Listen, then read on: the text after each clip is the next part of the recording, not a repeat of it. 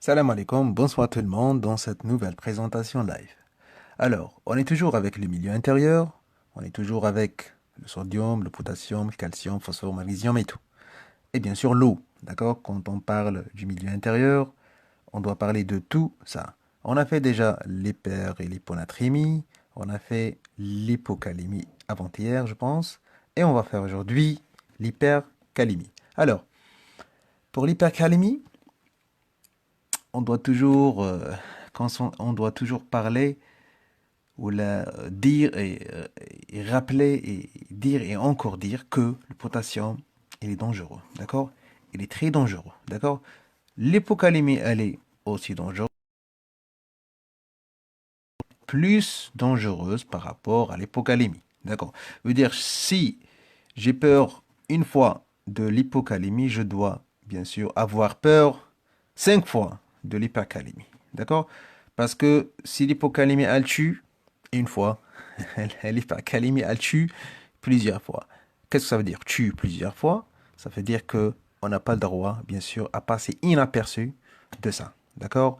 On doit pas passer inaperçu d'une hypercalémie, bien sûr, qui peut tuer le malade à n'importe quel moment. D'accord? Alors, pour ne pas passer à côté, il faut bien sûr savoir qu'est-ce que ça veut dire l'hypercalémie, comment on peut diagnostiquer cette hypercalémie et comment on peut traiter cette hypercalémie. D'accord? Alors, on commence toujours par ce qu'on appelle les fausses mesures. On a parlé avant-hier de fausse hypocalémie. On a aussi une fausse hypercalémie. D'accord? Alors, quelles sont les fausses hypercalémies? Alors, j'ai un malade qui fait un prélèvement, ou l'infirmier qui a fait le prélèvement à la maison d'un patient, elle a acheminé le bilan, d'accord? Elle a acheminé plutôt le bilan ou bien le prélèvement. Ça a duré à peu près 30 minutes. À l'arrivée, une hypercalémie à 6. Attention, peut-être que c'est une fausse hypercalémie.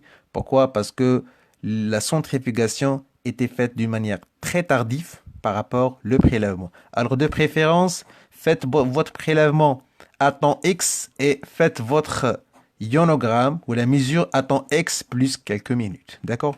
Pas quelques heures, pas quelques jours. D'accord? Et on voit ça surtout chez les malades qui font les prélèvements à la maison. D'accord? Deuxièmement, on voit une fausse hypercalémie. Une fausse hypercalémie en cas d'une hyperleucocytose importante. D'accord? Et quand on dit hyperleucocytose sévère, ça dépasse les 100 000, 100 000 globules blancs, et on voit ça bien sûr chez les leucémiques, malheureusement, ou bien chez les malades qui présentent une thrombocytopénie. Non, une thrombocytémie veut dire thrombocytose, veut dire un nombre très élevé des plaquettes. Le nombre des plaquettes dépasse le 1 million. D'accord? Chez ces malades, on constate ou là on va voir une hypercalémie qu'elle est considérée comme fausse. D'accord? Alors attention de ces deux situations. Ou bien attention les prélèvements immobilisés, veut dire un prélèvement, un ionogramme qui est fait sur un garrot très serré, hein, un garrot très serré. Bien sûr, ça va donner une fausse hypercalémie. Alors je vous invite tout ce qui, les infirmiers et les médecins qui font les prélèvements, quand vous arrivez à l'ionogramme, ne faites pas les prélèvements par un garrot serré. Essayez de faire un prélèvement sans garrot parce que ça va entraîner une fausse hypercalémie et peut-être ça va entraîner une fausse prise en charge et une fausse alerte. D'accord? Très bien. Alors, voilà les fausses hypocalémies. Maintenant, j'ai reçu une calémie à, par exemple, à 7, un ionogramme à 7, qu'est-ce que je dois faire? Est-ce que je confirme, est-ce que le prélèvement était fait d'une manière correcte, ou bien je refais le prélèvement, ou bien je fais quoi? Qu'est-ce que je dois faire dans cette situation?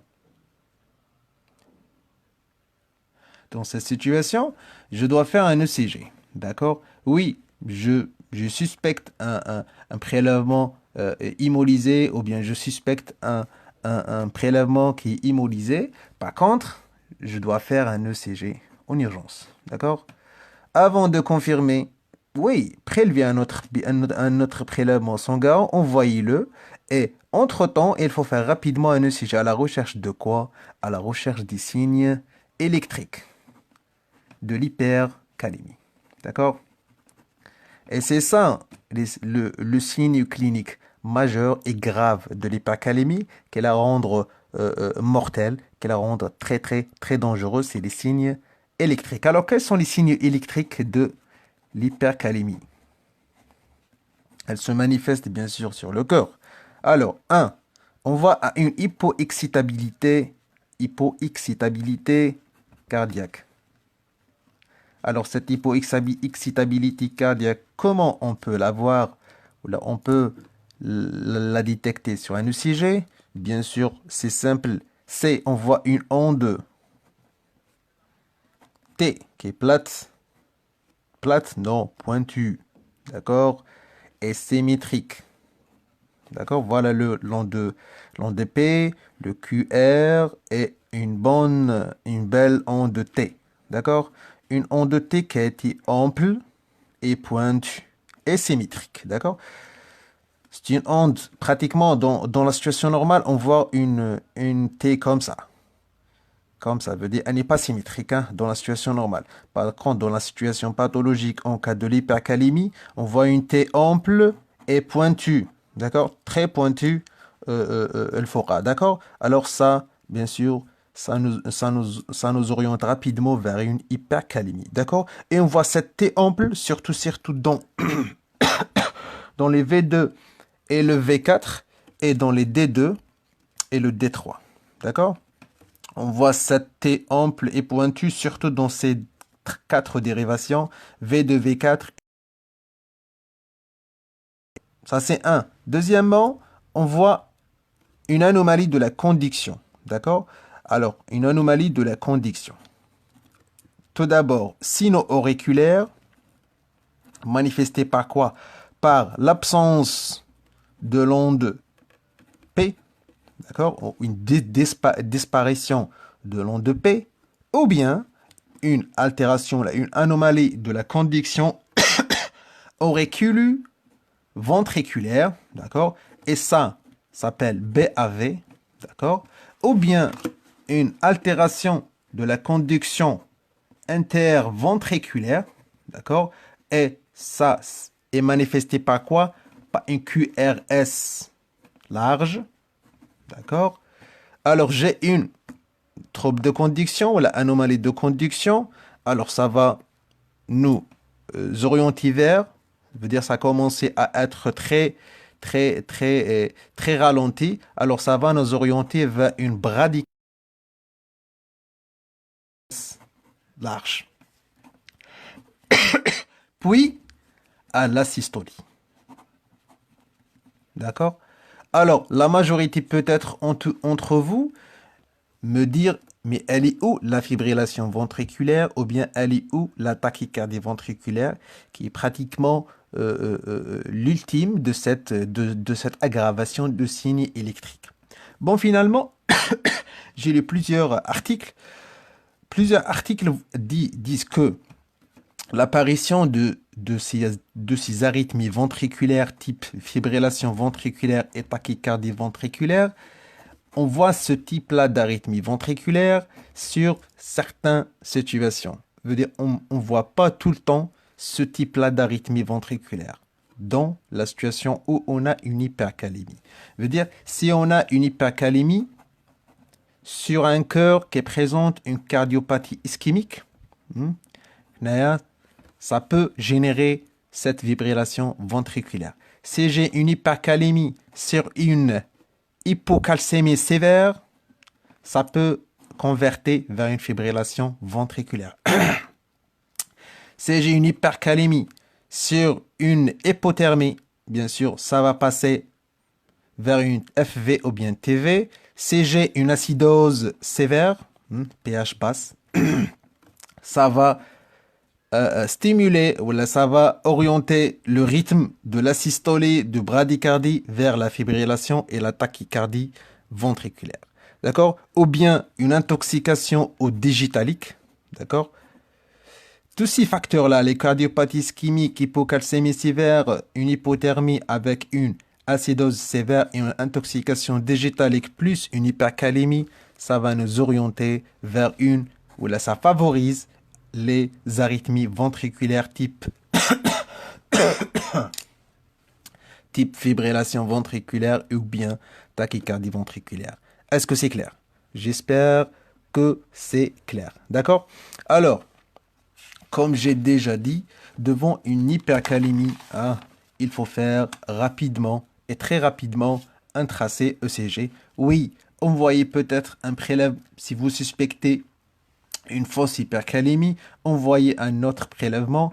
Mais entre-temps, il ne faut pas attendre le résultat ou bien les résultats du bilan. Il faut faire un ECG. Pourquoi? Bien sûr, pour chercher le signe électrique, hein, l'Ehdernaléhom, sur l'ECG. Si vous trouvez ces signes électriques, oubliez bien sûr le prélèvement et bien sûr commencer le traitement. Alors, il n'existe pas bien sûr une corrélation entre la sévérité de l'hypercalémie et les signes électriques. Hein. On peut voir des signes électriques à 6, calémie à 6. On peut voir une signe électrique calémie à 7, à 8, à 9, à 9, à 10, à 5. D'accord? Sachant que on n'a pas dit que l'hypercalémie, si l'hypercalémie est une calémie qui est supérieure à 5 millimoles par litre. Malheureusement, on n'a pas dit ça parce que je pense que ça, c'est quelque chose de banal maintenant.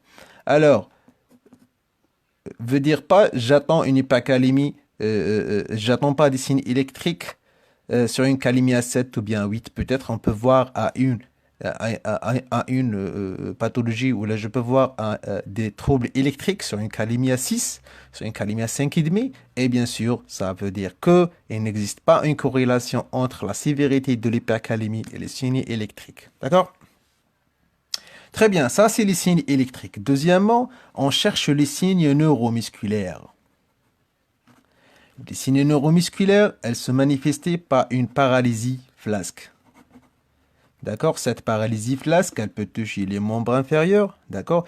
Et peut s'éteindre jusqu'aux les muscles, bien sûr, cervicaux, d'accord?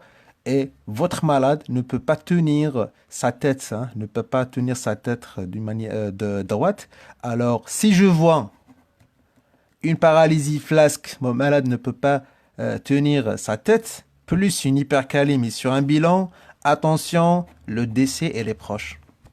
Attention, encore une fois, le décès elle est proche. Si j'ai des signes électriques, plus des signes neuromusculaires sur une hypercalémie, je dois agir très très vite parce que le décès est proche. L'arrêt est très proche. D'accord? Parmi les signes, on a les signes hémodynamiques, hein, les signes hémodynamiques d'une hypercalémie. Les signes hémodynamiques. Alors, on a dit que le calcium, il participe dans la contraction du muscle cardiaque. Alors, si j'ai une hypercalémie, ça va entraîner quoi? Ça va entraîner, bon, peut-être, d'ailleurs, avant ça, on a dit que le potassium joue un rôle dans l'excitabilité cardiaque. Alors, j'ai une hypoexcitabilité cardiaque par rapport à l'hypercalémie. Alors, bien sûr, les muscles cardiaques ne contractent pas d'une manière correcte. Alors, ça va entraîner quoi? Ça va entraîner une diminution de tension artérielle ou bien une hypotension. Alors, une hypotension chez un malade qui présente une hypercalémie, attention, le décès est très proche. L'arrêt cardiaque, bon, le décès et l'arrêt cardiaque, c'est pas la même chose. L'arrêt cardiaque est imminent, elle est pratiquement dans la porte. Alors attention, des signes, une hypercalémie plus une hypotension, il faut agir très très très vite, sinon vous allez perdre votre malade d'une manière assez rapide. D'accord? Alors, on a dit des signes électriques cardiaques, des signes neuromusculaires et des signes hémodynamiques. 3. Il faut bien sûr les garder par cœur. Maintenant, on arrive les étiologies. Quelles sont les étiologies de l'hypercalémie? Quelles sont les étiologies? Alors, 1, c'est clair et net, soit par un excès d'apport. Par exemple, votre malade reçoit une quantité importante du potassium. Bien sûr, ça va générer une hypercalémie. Votre malade, il a reçu sur les perfusions par 24 heures une grande très importante du potassium en IV. Bien sûr, ça va générer une hypercalémie. Et en général, on ne voit pas une hypercalémie, hein, surtout par excès d'apport, surtout chez les malades. On voit ça surtout, hein, surtout chez les malades qui ont une insuffisance, une insuffisance rénale chronique. Je veux dire, chez les malades qui ont une insuffisance rénale chronique, avec un apport excès ou un excès d'apport par rapport aux normes, il n'a pas respecté le régime Diallo, bien sûr, ça va générer une hypercalémie. D'accord? Deuxièmement, le transfert. Une hypercalémie par transfert du potassium du milieu intracellulaire vers le milieu extracellulaire. Par transport. Par transfert. D'accord? Alors, c'est clair et net. Quelles sont les situations? C'est l'acidose. C'est l'acidose métabolique. Hein. C'est l'acidose métabolique, il entraîne quoi? Il entraîne, bien sûr, une sortie d'ion K+, la décation K+, du milieu intracellulaire vers le milieu extracellulaire. Et ça va générer quoi? Ça va générer une hypercalémie. Par quel mécanisme? Une pompe. On a une pompe, d'accord, qui fait rentrer le H+, parce qu'en extracellulaire, il est important, c'est l'acidose. Et bien sûr, elle va faire sortir, bien sûr, ion K+ à l'extérieur. Et ça va générer, bien sûr, l'hypercalémie. D'accord? Excellent. On a des étiologies, soit un excès d'apport, soit un transfert hein, du milieu extra vers le milieu, du milieu intra plutôt vers le milieu extracellulaire. Troisièmement, par catabolisme cellulaire élevé. Catabolisme cellulaire, hein, d'accord, accru. Veut dire, qu'est-ce que ça veut dire catabolisme cellulaire? Veut dire les muscles, il y a un catabolisme important, d'accord? On voit ça dans le rhabdomyolyse, d'accord? On voit ça dans les brûlures étendues, d'accord? On voit ça dans l'hémolyse, l'hémolyse intravasculaire massive. Bien sûr, les globules rouges contient une quantité du potassium. L'hémolyse veut dire la destruction de ces globules rouges. Bien sûr, le potassium en dedans, bien sûr, va se trouver après l'explosion ou la l'hémolyse, l'explosion du globule rouge et se trouve au milieu extracellulaire, veut dire de le sang. D'accord? La lyse tumorale. La lyse tumorale, bien sûr, parce que les cellules tumorales sont des cellules riches en potassium. D'accord? Parce que le potassium, la concentration d'IALE, elle est augmentée au milieu intracellulaire par rapport à l'extracellulaire. Cette lyse tumorale, soit elle est spontanée, soit elle est sous chimiothérapie. D'accord? Soit chimiothérapie, hein, cette lyse tumorale va générer une hypercalémie. D'accord? Alors, soit on a un syndrome de revascularisation post-opératoire. Bien sûr, un vaisseau qui est clampé pendant un moment, les cellules vont souffrir, bien sûr, et on a quelques cellules qui vont mourir, et bien sûr, qui vont libérer son contenu. La revascularisation, bien sûr, ça va ramener tous ces déchets dans la circulation sanguine. D'accord? On a l'hémorragie digestive massive. On a l'hémorragie digestive sévère. Hein. Bien sûr, les globules rouges qui ont détruit au niveau gastrique. Le corps, bien sûr, il va absorber le potassium ou il va absorber, bien sûr, les déchets de ces globules rouges. Et bien sûr, ils vont rentrer dans la circulation sanguine et ça va générer une hypercalémie. D'accord? Alors aussi, l'hyperthermie. L'hyperthermie, ça va générer une hypercalémie. L'hyperosmolarité. D'accord, secondaire à une hyperglycémie ou bien à l'utilisation de certaines molécules hyperosmolaires comme le mannitol, bien sûr, ça va générer une hypercalémie. D'accord, à toute augmentation de 10 milliosmoles, ça va entraîner une augmentation de 0,3 pratiquement à 0,6 millimoles de la calémie. D'accord, du calémie. D'accord, alors, attention dans cette situation. Très bien. Ça, c'est troisièmement, excès d'apport, transfert intravers l'extra et le catabolisme cellulaire accru. Quatrièmement, c'est l'exercice. C'est l'exercice physique intense. Alors, l'exercice physique intense, ça va entraîner quoi? Bon, finalement, attendez. Le catabolisme cellulaire, c'est quoi? c'est pratiquement le potassium intracellulaire, il va être en extracellulaire. Veut dire, on peut considérer ça comme, veut dire, on peut mettre ça sous cette étiologie qui s'appelle transfert du milieu intra vers milieu extra. D'accord? Aussi, l'exercice physique, hein, on peut mettre aussi cette étiologie sous le transfert, sous l'étiologie, grande étiologie qui s'appelle le titre transfert du milieu intra vers le milieu extracellulaire. Pourquoi? Parce que l'exercice musculaire, il va entraîner quoi? Il va entraîner une augmentation du glucagon et une diminution de sécrétion d'insuline. Et ça, bien sûr, ça va laisser le potassium en extracellulaire et le glucagon, ça va aider à la sortie du potassium et ça va entraîner, bien sûr, une hypercalémie. Est-ce que c'est clair? Je pense que oui. D'accord?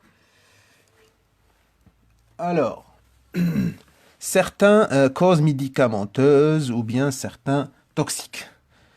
Tout ça, on peut le mettre sous le titre transfert du milieu intra vers le milieu extra. Le catabolisme accru, l'exercice physique et bien sûr certaines causes médicamenteuses et toxiques.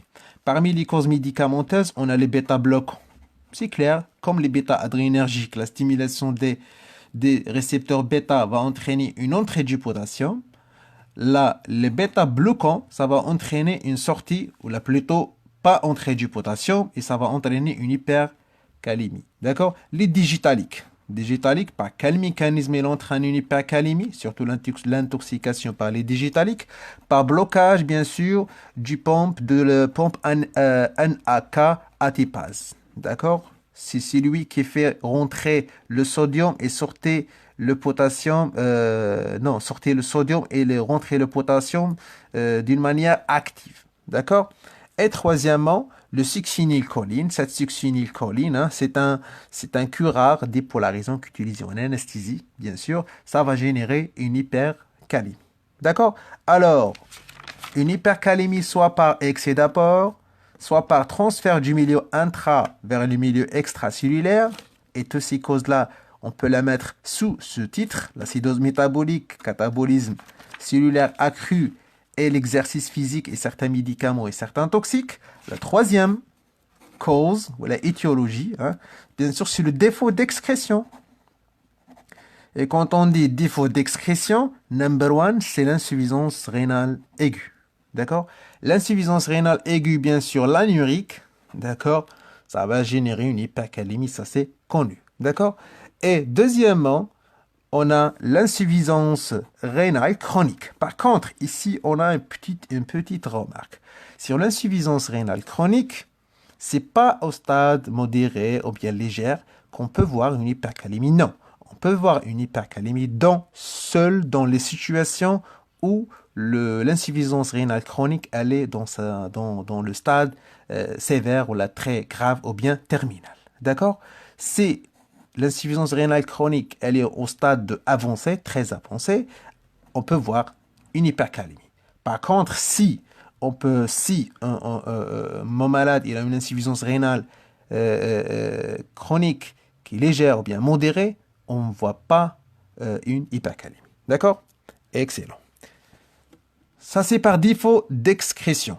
Soit le problème, il est rénal, d'accord? Soit le problème, il est soit le problème, il est hormonal. Déficit de quoi alors maintenant? Déficit des minéralocorticoïdes.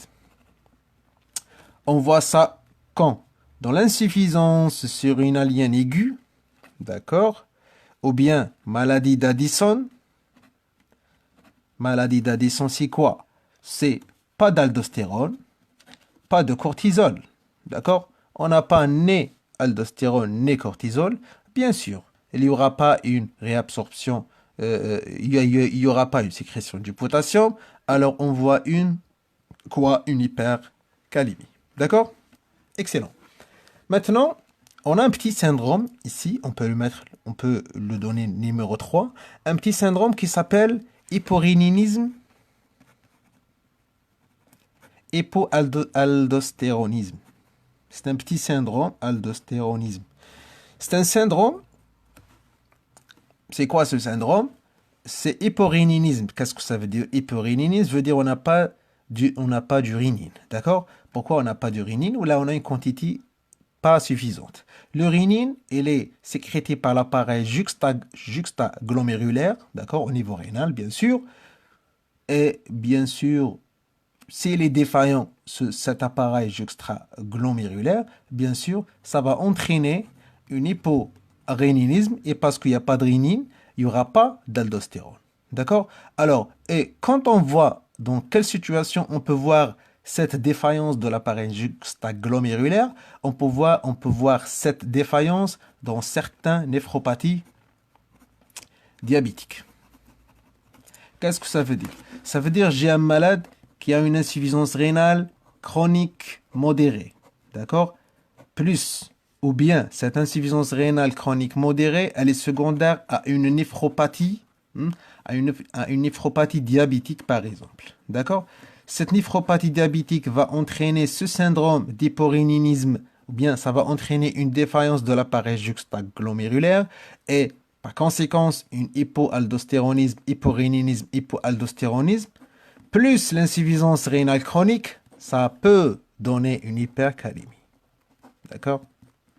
C'est l'association, ou bien c'est l'association de ces deux pathologies qui vont donner l'hypercalémie. Pourquoi? Parce qu'on a dit que l'insuffisance rénale chronique modérée n'entraîne pas une hypercalémie, sauf s'il est associé avec une défaillance de l'appareil juxtaglomérulaire. D'accord? Si elle est associée avec une défaillance de l'appareil juxtaglomérulaire, veut dire ce syndrome hyporéninisme, hypoaldostéronisme, ça va, bien sûr, ça va donner une hypercalémie. D'accord? Est-ce que c'est clair? Est-ce que c'est clair, mes amis, ou non? Est-ce que c'est clair? Pour le troisième médicament, ça s'appelle le succinylcholine. D'accord? La succinylcholine, c'est un curare dipolarisant utilisé en anesthésie, bien sûr, pour bloquer les malades durant le geste opératoire. D'accord? Est-ce que c'est clair, mes amis, concernant ça? Excellent. Maintenant, on arrive toujours dans le défaut d'excrétion. On a parlé de l'insuffisance rénale aiguë, l'insuffisance rénale chronique, ce syndrome hyporéninisme, hypoaldostéronisme. On arrive maintenant à les causes médicamenteuses. Je veux dire, quelles sont les causes médicamenteuses? Les causes médicamenteuses qui entraînent un défaut d'excrétion. Pas comme ça, dans la deuxième situation, voilà, dans le transfert, on a des causes médicamenteuses qui entraînent une hypercalémie, ou qui nous donnent une hypercalémie. D'accord? On a des médicaments qui entraînent un défaut d'excrétion du potassium et bien sûr une hypercalémie derrière. Alors, quelles sont ces causes? Ces chefs, c'est les AINS. D'accord? Les anti-inflammatoires non stéroïdiennes, d'accord? Par inhibition, par quel mécanisme? Par inhibition du prostaglandine, d'accord? Et diminution du sécrétion de rénine. D'accord? Alors, les AINS vont diminuer l'extraction de potassium par diminution du rénine. Voilà, du dosage du rénine. D'accord? Aussi, l'héparine. L'héparine, soit sodique, soit les HBPM, soit, elle veut dire les H1F, soit les HPPM, elle entraîne une hypercalémie par quoi? Par diminution de sécrétion d'aldostérone. D'accord? On a aussi les IUC. D'accord? Les IUC et les ARA2. D'accord? Et les inhibiteurs directs du rénine sont des médicaments destinés pour un traitement, pour le traitement de l'hypertension. Bien sûr, c'est clair et net comment il provoque. Il veut dire, il bloque la sécrétion d'aldostérone par blocage bien sûr, du système rénine-angiotensine par les IEC, inhibiteurs de l'enzyme de conversion. Les ARA2, c'est des antagonistes du rénine, c'est l'antagoniste ARA2, l'antagoniste de l'angiotensine 2. Voilà, exactement. Et des récepteurs, voilà, antagonistes des récepteurs de l'angiotensine 2. Et bien sûr, les inhibiteurs directs du rénine, de rénine, bien sûr, ça va entraîner quoi? Bien sûr, une hypercalémie. D'accord? Est-ce que c'est clair, mes amis? Excellent. On a quand même une autre cause qui se trouve toujours sous le titre défaut d'excrétion, c'est la résistance à l'action de l'aldostérone. D'accord? Veut dire j'ai une quantité suffisante d'aldostérone, mais par contre, le corps il est résistant. D'accord? Veut dire il ne répond pas à la stimulation de cette aldostérone. On voit ça dans quelle situation? Bien sûr, en cas d'utilisation des antagonistes, antagonistes compétitifs de l'aldostérone. Bien sûr, c'est quoi ce traitement? C'est qu'il est connu, c'est spironolactone. D'accord? Ces médicaments sont des antagonistes compétitifs de l'aldostérone. Veut dire, elle n'essaye pas, elle occupe la place de l'aldostérone, les récepteurs de l'aldostérone, d'accord? Au niveau du tube contourné et du tube collecteur, ces récepteurs naturels d'aldostérone, ces médicaments spironolactone, ils occupent, d'accord, la place de bien sûr, des récepteurs de l'aldostérone, et bien sûr, ça va générer, ou là, ça va entraîner une résistance de l'aldostérone. Pas d'aldostérone, alors pas d'effet d'aldostérone, alors hypercalémie. D'accord? D'accord? Ou bien on a directement un blocage, d'accord? On a un blocage du canal du potassium, du canal de sodium, du canal du sodium épithélial, ou la épithéliaux. Les canaux du sodium épithéliaux, d'accord? Alors, ce blocage de ces canaux, d'accord, par certains médicaments qui s'appellent, j'ai pas pu capter le nom du médicament à chaque fois qu'il répète, le maître de la connexion se bloque. Ça s'appelle le succinylcholine, d'accord? C'est un médicament qui sert à utiliser en anesthésie bien sûr, pour bloquer le malade, pour qu'il ne bouge pas, d'accord, durant le geste opératoire. Alors, blocage du canal sodique épithéliaux, bien sûr, le traitement, il est connu, sont connus, c'est les diurétiques. C'est les diurétiques thiazidiques. Non, pas diazidiques, c'est les diurétiques épargneurs du potassium. D'accord? Exemple, amyloride. D'accord? Est-ce que maintenant, vous pouvez faire la différence entre spironolactone et l'amyloride?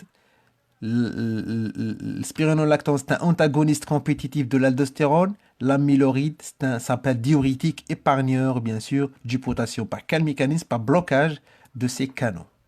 D'accord? Et une réactivation, je pense, j'ai pas oublié, une activité intrinsèque de ces canaux, d'une manière autonome, elle est secondaire à une pathologie génétique qui s'appelle syndrome de Leydel. Je suis toujours, متفكر. Est-ce que c'est clair, mes amis? Est-ce qu'on peut passer à l'étape suivante? Oui ou non? Je pense que oui. D'accord? Un petit, rapidement un résumé. Voilà pour le défaut d'excrétion, soit l'insuffisance rénale aiguë, soit chronique, surtout stade terminal, soit un déficit, bien sûr, du déficit du minéralocorticoïde en cas insuffisance surrénalienne, ou bien ce syndrome, ce qu'ils appellent hyporéninisme, hypoaldostéronisme, secondaire à des néphropathie diabétique, et aussi certaines causes médicamenteuses, surtout les INS, l'héparine, les IEC, l'ARA2, et bien sûr les spironolactones et les diurétiques épargnants du potassium. D'accord? Alors, un cas particulier. Ce cas particulier, les EEC. Les ARA2 entraînent bien sûr une hypercalémie et peut-être on peut les déconseiller à un moment donné, momentanément, d'accord, transitoirement, d'accord, et on ne l'utilise pas surtout en cas d'hypovolémie vraie, d'accord, ou bien insuffisance rénale chronique, d'accord, momentanément. En cas d'hypercalémie, on ne peut pas utiliser ces médicaments. D'accord? Veut dire on ne peut pas utiliser ces médicaments chez les malades qui ont une hypovolémie, d'accord? Ou bien une insuffisance rénale chronique. Par contre, ces médicaments sont des médicaments protectrices, beaucoup plus cardiaques et tout, surtout les IEC et les ARA2. Veut dire l'utilisation de ces médicaments et les déconseillés dans des situations. Bon, si l'hypovolémie c'est passé, très bien, on peut les réutiliser. En cas d'insuffisance rénale chronique, on arrête ces médicaments en cas bien sûr, calémie. et l'arrêt n'est pas définitif. Par contre, c'est votre cardiologue qui peut, bien sûr, jouer sur ça, hein. Veut dire mettre et remettre, arrêter et quand on arrêter, quand on utiliser. D'accord? C'est votre cardiologue qui peut gérer ça. D'accord? Excellent. Excellent, excellent. On passe maintenant le diagnostic de l'hypercalémie. Alors, toute suspicion, d'accord? Si je suspecte bien sûr si je suspecte par exemple une hypercalémie, qu'est-ce que je dois faire? Est-ce que je reprélever mon malade et je reprélever mon malade et envoyer le prélèvement et attendez le résultat? Non, ça c'est pas normal. Toute suspicion de hypercalémie, oui, je peux refaire le bilan. Par contre, refaites votre bilan, envoyez-le, mais il faut pas attendre ou là, il faut pas perdre beaucoup de temps à faire un ECG. D'accord? Il faut faire alors rapidement un ECG à la recherche des signes électriques. Hein, d'accord? Rechercher en parallèle les signes neuromusculaires et bien sûr la présence de ces deux, hein, ou bien surtout cardiaque, surtout électrique. Hein, bien sûr, c'est urgent, bien sûr, c'est urgent de commencer le traitement. D'accord? Alors, évaluez bien sûr les apports potassiques. Revoyez sur fiche thérapeutique le malade, il reçoit quoi, d'accord, comme potassium par jour. Revoyez aussi votre malade, peut-être il était sous traitement d'une hypocalémie. Après la calémie normalisée, il est toujours sous traitement, d'accord. Et bien sûr, recherche les facteurs qui favorisent le transfert, surtout l'acidose, hein, surtout l'activité physique, surtout le catabolisme sévère et certains médicaments toxiques. D'accord? Et bien sûr, n'oubliez pas de rechercher la liste immorale. D'accord? Et n'oubliez pas de faire la caliurèse, c'est important. Et bien sûr, les facteurs hein, qui peut être encore la cause de l'hypercalémie ou bien les facteurs qui favorisent l'hypercalémie. D'accord? Alors, le traitement maintenant. Le traitement de l'hypercalémie. Alors, le traitement de l'hypercalémie, il dépend de la vitesse d'installation de cette hypercalémie. D'accord? Hier, votre malade, il était à 3. Aujourd'hui, il était à 8. Pourquoi? Je veux dire, il y a un problème, non? Alors, il est urgent ou pas urgent en fonction de la vitesse d'augmentation de l'hypercalémie. D'accord? En fonction de retentissement, en fonction du retentissement cardiaque, hein, je veux dire, c'est le CG. D'accord? En fonction des signes neuromusculaires. D'accord? Et bien sûr, n'oublie jamais d'arrêter le traitement, d'accord? Ou arrêter les apports en potassium. Je veux dire, si votre malade, il reçoit sur les fiches thérapeutiques, par exemple, 10 grammes par jour de potassium, vous mettrez traitement de l'hypercalémie et votre malade, il est toujours sous potassium. Non, il faut enlever toujours ou bien éliminer les médicaments qui augmentent la calémie. D'accord? N'oubliez pas, bien sûr, qu'une hypercalémie plus de 7, ou bien une hypercalémie avec signe électrique, il faut un traitement très, très, très urgent. Bon, pour le 7, bien sûr, millimol, j'ai lu plusieurs articles. On a des articles qui parlent de 7, surtout les articles de néphrologie. On a des articles qui parlent de 6, surtout des articles un peu récents de 2018. Et on a d'autres articles qui parlent de 6,5. D'accord? Je veux dire, si vous cherchez les détails, le 6,5, c'est le manuel du résident en réanimation 2017. Le 6, c'est je pense, Kner hein, je pense, hein, en 2018 aussi. Par contre, le 7, c'est je pense, le collège de néphrologie qui parle de 7. D'accord? Peu importe, 7, 6, 6,5, si vous avez des signes électriques, c'est grave. D'accord? Alors, accélérez votre prise en charge, sinon vous allez perdre votre malade. D'accord? Alors, quel est le traitement? Votre malade, il a une calémie à 6, 6,5, 7. D'accord? Chaque article parle de sa propre valeur. Nous, on prend bien sûr les docs, c'est les documents qui parlent. Ça veut dire, je peux pas dire je suis avec 6, ou bien je suis avec 6,5, ou bien je suis avec 7. D'accord? Chaque document parle d'une valeur. Par contre, celui qui, on est tous d'accord, c'est le signe électrique. D'accord? Veut dire, si vous trouvez une calémie à 6, ou bien une calémie à 8, ou bien une calémie à 10, vous allez faire un ECG, d'accord? Ou bien une calémie à 5. Vous allez faire, à 5, pas à 5, hein, 5,5 par exemple, vous allez faire un ECG. Vous allez trouver les signes électriques. Alors, c'est urgent de commencer le traitement. Peu importe, ici le chiffre, on a dit déjà qu'il n'y a pas de corrélation entre la sévérité de l'hypercalémie et les signes électriques. D'accord? Alors, sur le CG, j'ai des signes électriques. J'ai des signes électriques et encore pire, j'ai des signes de troubles de conduction myocardique. Une arythmie ventriculaire, par exemple. Un bloc, un BAV, d'accord? Les signes électriques, d'accord? Si je trouve les signes électriques, bien sûr, je dois injecter le calcium. Une ampoule, d'accord, de calcium, de gluconate de calcium surtout, hein, parce que le chlorure de calcium, il est plus dosé.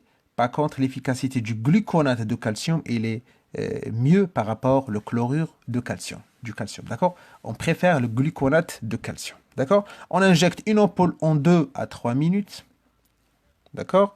Et bien sûr, on voit bien sûr l'amélioration du tracé et bien sûr la disparition la disparition du trouble, bien sûr, sur le CG. Veut dire CG, BAV, il y aura une disparition de cette BAV. Si j'ai une tachycardie ventriculaire, il n'y aura pas. Si j'ai une fibrillation ventriculaire, malgré que la fibrillation, c'est pratiquement un arrêt cardiaque, je dois dire en parallèle faire massage cardiaque, choc et tout. Je dois injecter aussi le calcium. Bien sûr, je vais voir bien sûr, carrément une disparition de ces signes. D'accord? Dans 1 à 3 minutes, je dois voir le résultat de l'injection de calcium en 1 à 3 minutes. D'accord? Il faut qu'il y ait une disparition de ces signes électriques en 1 à 3 minutes. Après l'injection, bien sûr, d'une ampoule de calcium en 2 à 3 minutes, veut dire injection lente, intraveineuse lente. D'accord? L'effet, la durée d'efficacité de cette ampoule, hein, entre 30 à 60 minutes. Le temps suffisant, bien sûr, pour faire une séance d'hémodialyse. D'accord? Alors, si après 5 minutes, j'ai toujours les troubles, bien sûr, les signes électriques, ici, je dois injecter une deuxième ampoule. D'accord? De CaCl. D'accord? Ici, on a une petite remarque. C'est mon malade, il est sous digitalique, sous un traitement digitalique, il est sous digoxine, par exemple, pour une fibrillation auriculaire. Mon malade, il a fait une hypercalémie à 7, par exemple, avec des signes électriques. Est-ce que j'injecte du calcium ou non? Bon, le calcium ici, il est contre-indiqué. D'accord? Alors, qu'est-ce que je dois faire? Alors, je dois injecter, bien sûr, une ampoule. L'alternative, c'est quoi? Une ampoule de MgCl, veut dire une ampoule de magnésium, d'accord, en 2 minutes. Une injection lente en 2 minutes. D'accord? Aussi, je peux injecter des bicarbonates de sodium. D'accord? Bicarbonate du sodium, on a une charge sodique. Bicarbonate de sodium, un bicarbonate de sodium, à condition que j'ai une acidose, je veux dire un pH, à condition qu'il y ait une acidose en parallèle. Sinon, ça sert à quoi l'injection de ce bicarbonate? Alors, j'injecte le bicarbonate si le pH est inférieur à 7,25, d'accord? Mais à condition aussi que cette acidose, c'est une acidose métabolique hyperchlorémique, veut dire à trou anionique normal, veut dire hyperchlorémique, n'est pas respiratoire. D'accord? C'est métabolique, et à trop anionique normal ou bien hyperchlorémique. Veut dire si je vois le chlore dans l'ionogramme qui se trouve en bas, la gazométrie, je trouve une hyperchlorémie. Ici, j'ai le droit d'injecter le chlorure ou la bicarbonate de sodium. J'injecte combien? Bon, je peux injecter soit 50 ml de bicarbonate de sodium hyperosmolaire 8,4, d'accord, en 5 minutes. Bien sûr, si j'ai des arythmies, fibrillation, tachycardie et tout. Ou bien, je peux injecter 250 ou bien d'autres articles parlent de 300 millilitres du bicarbonate isotonique, veut dire le 1,4, d'accord, en 30 minutes. D'accord? Est-ce que c'est clair? 100 millilitres? Non, pas 1,4, c'est 4,2 isotonique. C'est le 4,2 pour 1000. D'accord? On injecte 66C en 30 minutes. Certains articles parlent beaucoup de ça. Et d'autres articles, ils parlent de 106C de 4,2 en 30 minutes. D'accord? Excellent.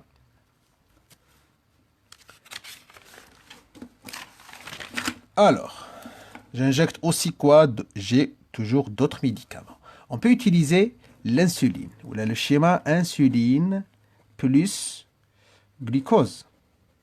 D'accord? Schéma insuline plus glucose, bon, elle sert à quoi? Elle sert à faire rentrer le potassium du milieu extracellulaire vers le milieu intracellulaire. D'accord? Alors, j'injecte en général 0,5 à 2 unités par 1 gramme du glucose. Exemple, j'injecte 106 C de G30. D'accord? D'accord? Et je calcule, bien sûr, soit je donne 30 unités, d'accord, d'insuline en IV. On veut dire en injection directe. Et je vois, bien sûr, je dois faire le dextro, chaque heure, bien sûr, pour éviter que mon malade ne tombe pas dans une hypoglycémie. Est-ce que c'est clair? Est-ce que c'est clair? Est-ce que c'est clair? Ça veut dire 100 cc de G30 plus 30 dans notre service, on donne combien? On donne en général 200 cc de G30, d'accord, plus 30 unités, d'accord. D'autres parlent de 500 millilitres de G10 par exemple, plus 10 unités pendant 1 heure. D'autres parlent de 500 millilitres de G15 plus 15 unités en 1 heure. D'autres parlent, chacun ses protocoles. Je veux dire, ce sont des protocoles. Chaque service a son propre protocole. Notre protocole où je travaille, on injecte entre 200 à 300 millilitres de G30 plus 30 unités d'insuline. D'accord? Pendant en général 30 à en 20 à 30 minutes. D'accord? L'objectif, c'est de mettre 0,5 à 2 unités par 1 gramme de glucose. C'est ça la base et vous avez bien sûr le droit à injecter ou à choisir le schéma qui vous arrange. D'accord? Excellent. Je peux utiliser aussi pour diminuer la calémie, je peux utiliser le salbutamol. Pourquoi le salbutamol? Le salbutamol, il fait rentrer aussi, c'est un bêta-adrénergique, et bêta-2 plutôt adrénergique, il fait rentrer du potassium du milieu extra vers le milieu intra. Et bien sûr, ça sert à quoi? Ça sert à diminuer la calémie. On fait quoi? On fait 4 séances, 4 séances d'aérosol, d'accord, salbutamol, exactement comme si le malade il est asthmatique, d'accord? Pour le bicarbonate, j'ai dit qu'on doit utiliser les bicarbonates dans une seule situation, une acidose métabolique hyperchlorémique inférieure à 7,25, d'accord? Je peux injecter 300 millilitres du bicarbonate 1,4, d'accord? 1,4 bien sûr pour 100 ou bien 14 pour 1000, d'accord? Et la durée ou l'efficacité de ce traitement, l'efficacité de ce traitement, on peut l'avoir en 4 à 6 heures, d'accord? Mais attention, n'injectez pas cette bicarbonate de potassium au GAT 300 cc.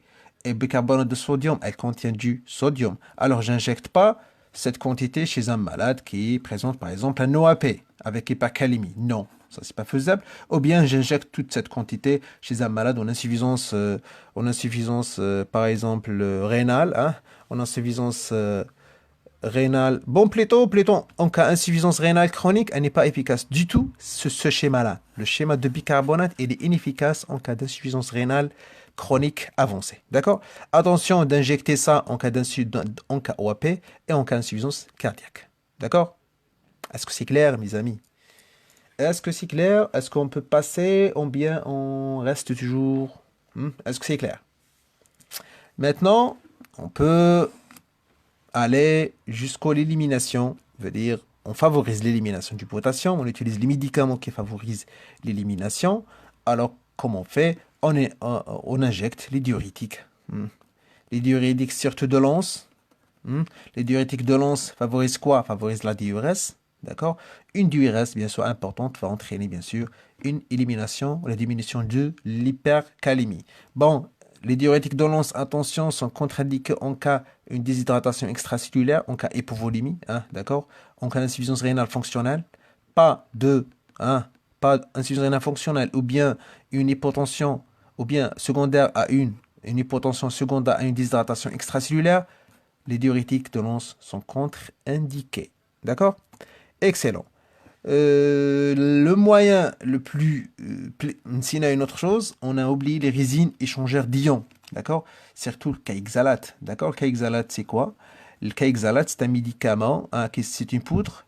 On donne en général 15 à 30 grammes chaque 4 à 6 heures. Bien sûr, par os, ou bien par voie rectale. Par voie rectale, c'est à quoi? À changer un ion. Ion K+, par ion de ça. On a le caoxalate, je pense, ça s'appelle sulfuronate, polystyrène sodique, et on a calcique.